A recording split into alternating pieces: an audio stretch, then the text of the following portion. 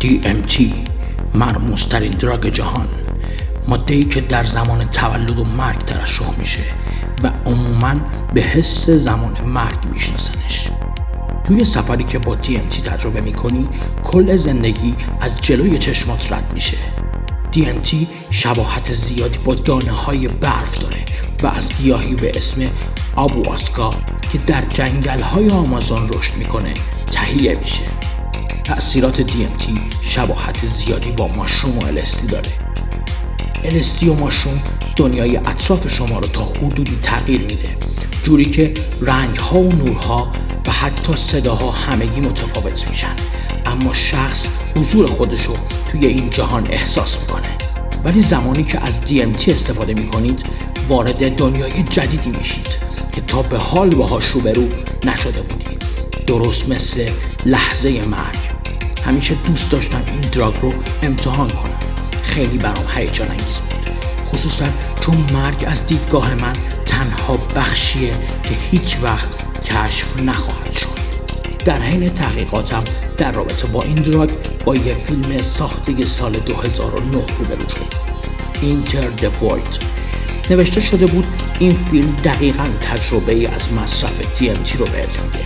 اونطور که متوجه شدم این فیلم بر اساس یه داستان واقعی ساخته شده. توصیه میکنم این فیلم رو با خانواده نبینید. نیم ساعت اول فیلم رو توی هر شرایطی میتونی ببینی. در واقع داستان این فیلم از نقطه‌ای که فیلم‌های دیگه تموم میشن تازه شروع میشه. سینماتوگرافی Enter the Void بسیار خاص و بی‌نظیره.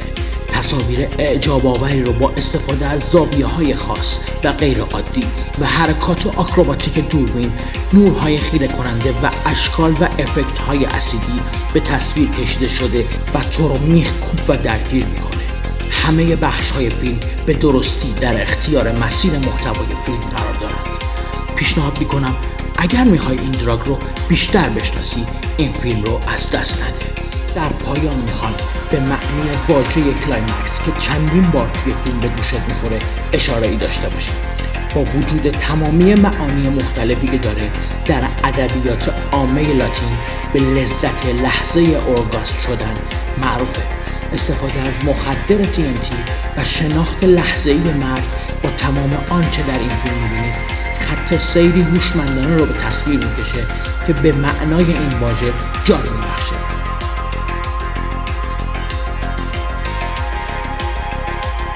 اگر میخوای ناگفته‌های جهان رو بیشتر بشناسی کانال منو دنبال کن.